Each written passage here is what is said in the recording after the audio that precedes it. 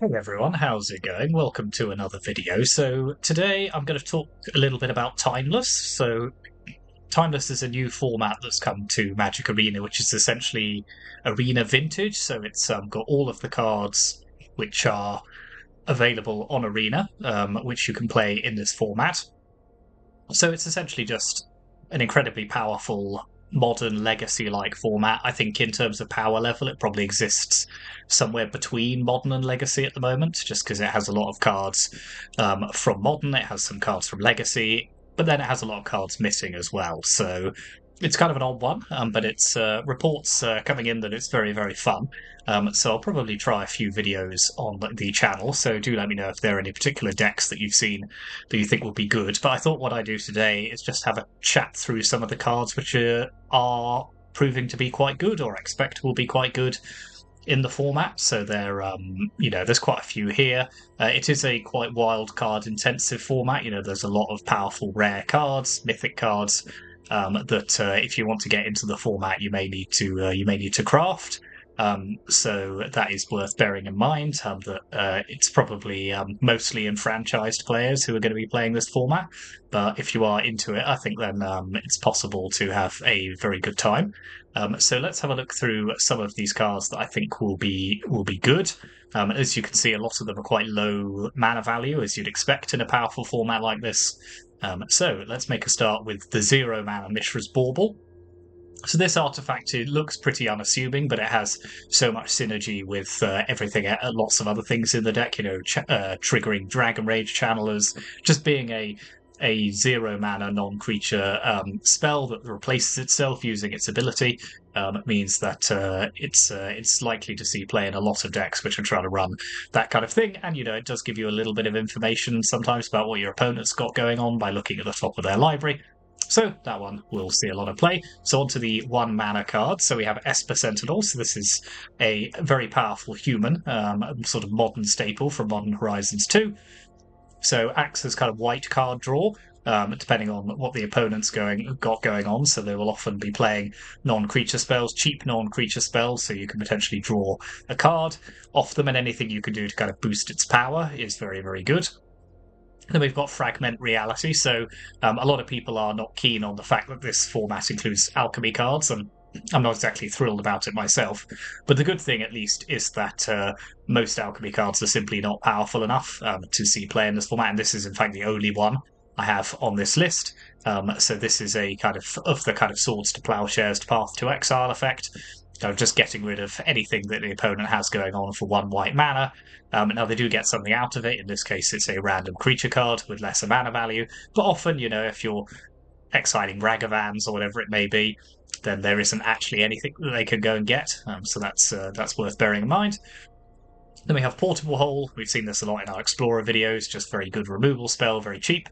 Swords to Plowshares, the OP of white removal. So 1 mana to exile any target creature, with its controller gaining life equal to its power, which is, a minor drawback compared to just getting rid of whatever it is they need. So Brainstorm, this is the glue that holds Legacy together, this card. So the ability to draw 3 and then put 2 from your hand on top of your library in any order. So it's just an okay card normally, but with the addition of fetch lands to the format, the ability to put 2 cards you don't want away and then immediately shuffle your library. I mean, it's very, very powerful, essentially kind of drawing 3 cards for 1 mana. It's a very skill testing card as well. It's quite hard to play Brainstorm well, so you will see probably a lot of conversation about that when you watch videos about when is the best time to use that card. Dark Ritual, one of the most powerful cards on Arena. 1 black mana, add 3 black mana. Just a very powerful mana accelerant. Just gets you kind of out the gates as quickly as possible. There's a kind of mono black Dark Ritual into Necropotence style thing going on, which is just very, very good. So that's there as well on this list. Then we've got our hand disruption spells. So we have Inquisition of Kozilek, and Thoughtseize. So Thoughtseize we see a lot in Explorer. Inquisition we don't, because it's not in that format, but it does a similar thing, but only hits non-land cards with mana value 3 or less. Now in a format like this, that's going to be most things, let's be real. Dragon's Rage Channeler, so this is one of the powerhouse creatures of the format.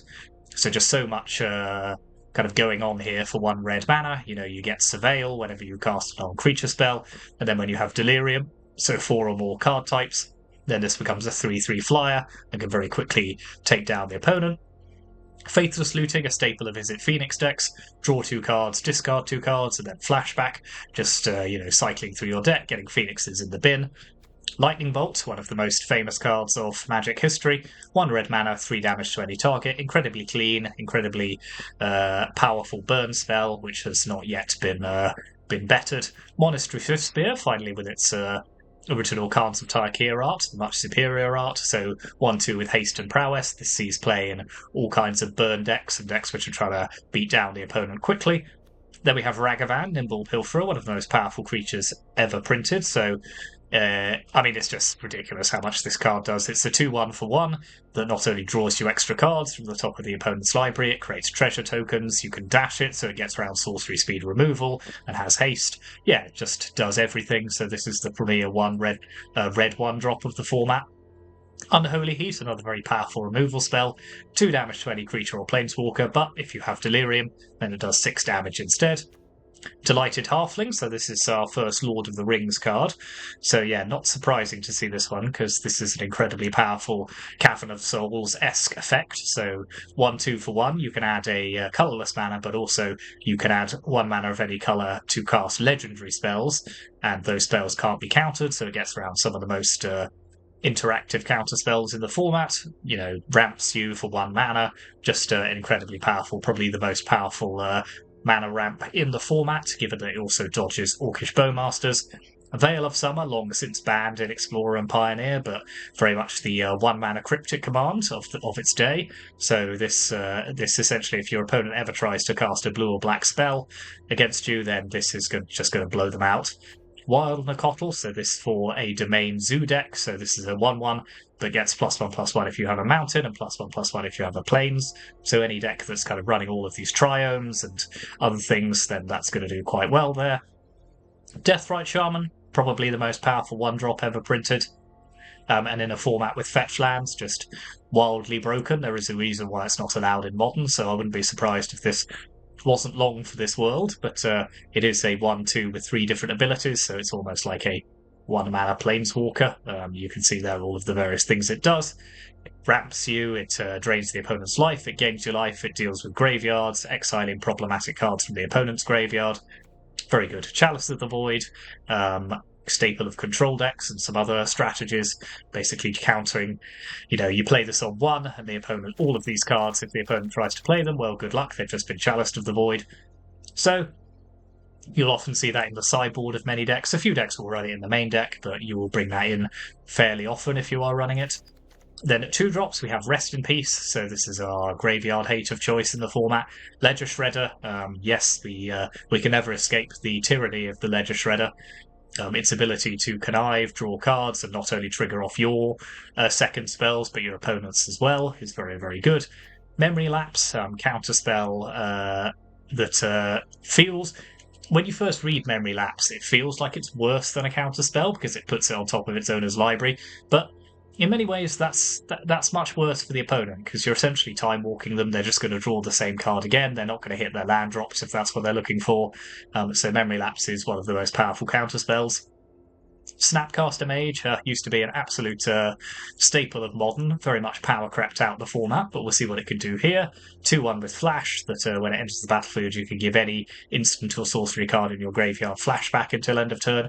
So the old Bolt, Snap, Bolt ability to just play Lightning Bolt, play Snapcaster Mage, play Lightning Bolt again, hitting, doing 6 damage to your opponent. Counterspell, 2 blue mana counter target spell.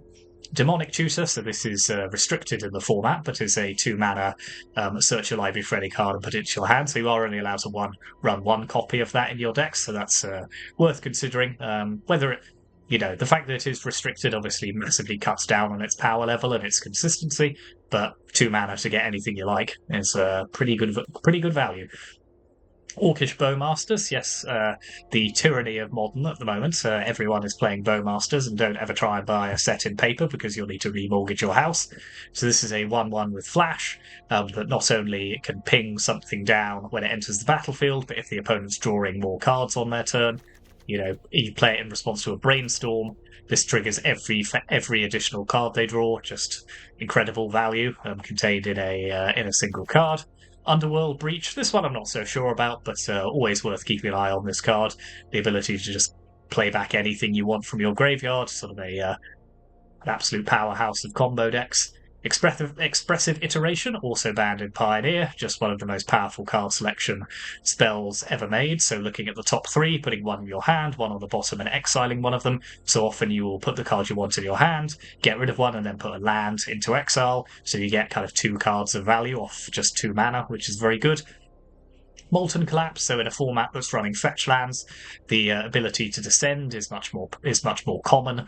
You can just crack a fetch land, and then you have both modes available to you. And there are things, there are non-creature, non-land permanents, Chalice of Void, etc., things that you might want to hit. So there is some scope for doing that as well. Territorial Kavu, again, for those kind of domain zoo decks. So this has power and toughness equal to the number of basic land types you control. So in a 5-color deck, you can very easily get this as a 5/5 for 2 mana. And then it not only has some incidental graveyard hate, but can help smooth out your hand as well. Temporary Lockdown. I think this is one of the more powerful mass removal spells in the format as we move on to the 3-drops. The ability to get rid of any of the stuff that we just talked about. All of these powerful cards, permanents, got by Temporary Lockdown. Tashana's Tidebinder. I've been raving about that in Explorer recently, but it is just that good. Just stifling any ability. It stifles so many different things in this format. The One Ring, Shieldred, fetch land activations. You can basically Stone Rain your opponent using a Tidebinder. Archmage's Charm, so again, control spell, 3 blue mana, so it's quite taxing on your old mana base. But the ability to have that kind of versatile choice of countering a spell, drawing 2 cards, gaining control of another permanent. Necropotence, so this is... what is this card? Why does this card exist, you may ask? Well, old Magic, they didn't know what they were doing, so you can essentially just, rather than drawing cards on your turn, you just pay 1 life to exile the top card of your library face down and put it into your hand at the beginning of your next end step. So just draw as many cards as you like, as long as you have the life. Blood Moon, one of the most powerful prison cards you'll ever see. Non-basic lands and mountains. Obviously, in a format like this, that has access to so many different powerful lands, often the opponents will not be playing many basic lands, and you're basically shutting off all of their dual lands, so that is always worth considering, particularly in sort of mono-red decks and decks which can cope with the fact that it also turns your non-basic lands into mountains. Fable of the Mirror Breaker. It's Fable of the Mirror Breaker. It does everything.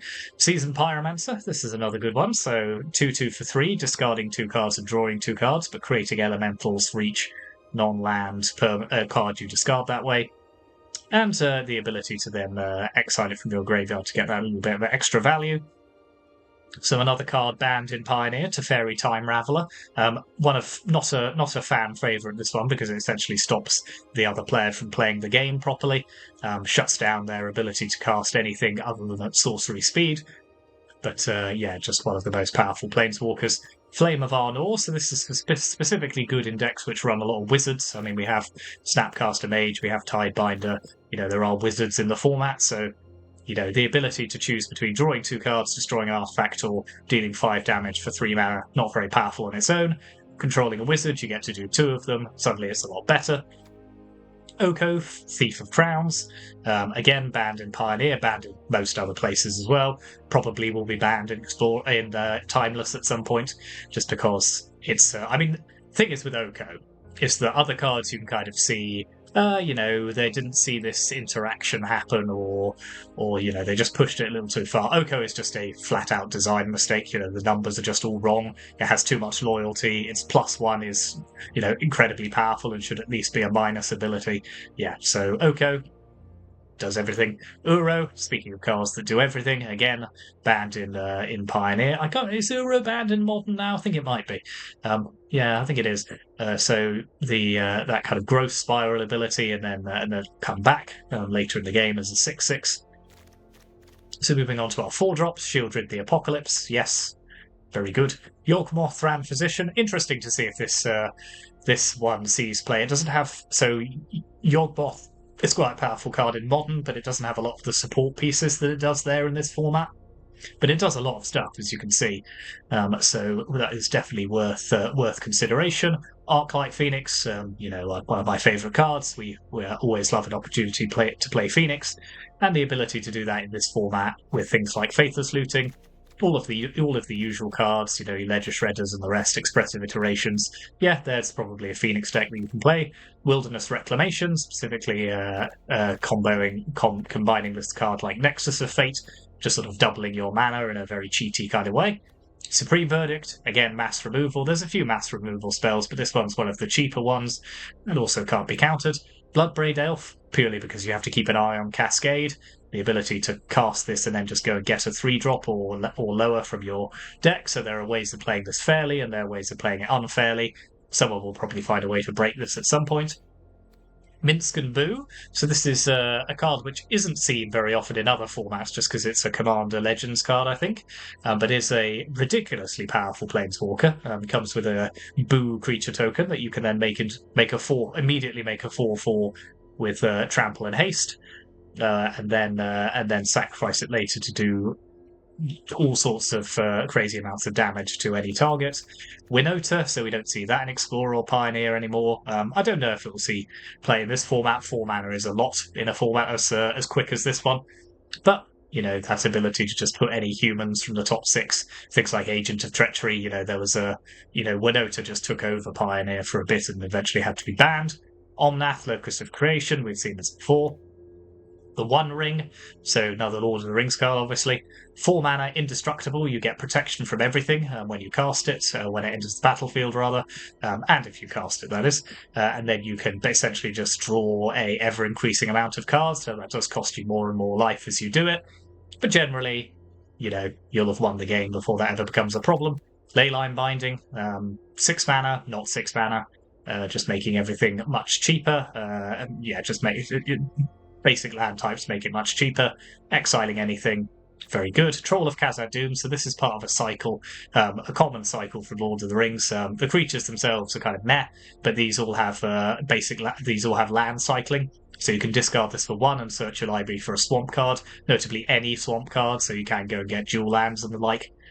So this will more often than not just be kind of an additional land drop in your deck, but can be later on in the game. If you draw one, suddenly you do have a 6/5, so that's worth paying attention to. Primeval Titan, banned in Commander, I think this one. The staple of a very powerful deck in Modern, Amulet Titan. Now we don't have Amulet on Arena, but the ability still to just go and get 2 lands and put them onto the battlefield whenever it enters the battlefield or attacks. Nexus of Fate, talked about this before, specifically in combination with Wilderness Reclamation. I think one of the few extra turn spells that you can cast at instant speed, and ends up kind of at the heart of a lot of kind of weird combo decks which are just taking infinite turns. Treasure Cruise, Dig Through Time, I've talked about these recently. Delve spells, very powerful. Treasure Cruise, essentially Ancestral Recall for 1 mana. Dig Through Time, 2 mana to search, look at the top 7 and get any 2 that you want. So those are all of our kind of non-land cards. Now I'm sure there'll be plenty of others which are good in the format, which I haven't talked about. The format will evolve as time goes on. But those are kind of my starter for 10. So yeah, you can see there's quite a few. So, the meta will settle down and things will have to be banned, things will have to be restricted. So we'll see how that goes on over time. And then in terms of our lands, so for these I've kind of taken one of each of those kind of cycle of lands as illustration. So the Boseiju Who Endures, the Kamigawa Channel land cycle, so this is the best one, but obviously these are all pretty good. So you will see Boseiju you will see Boseiju a lot in the format, and this you may see some of the others as well. Seachrome Coast, I think the fast lands will see some amount of play in the format, just that, so many cheap spells and the ability to have an untapped dual land on turn 1 that doesn't cost you any life. There's something to that. Obviously the shock lands are very good in this format. Waterlog Grove, so these are the enemy-coloured pain lands from Modern Horizon 1, but also have the ability to draw a card if you sacrifice them. So these will probably see play.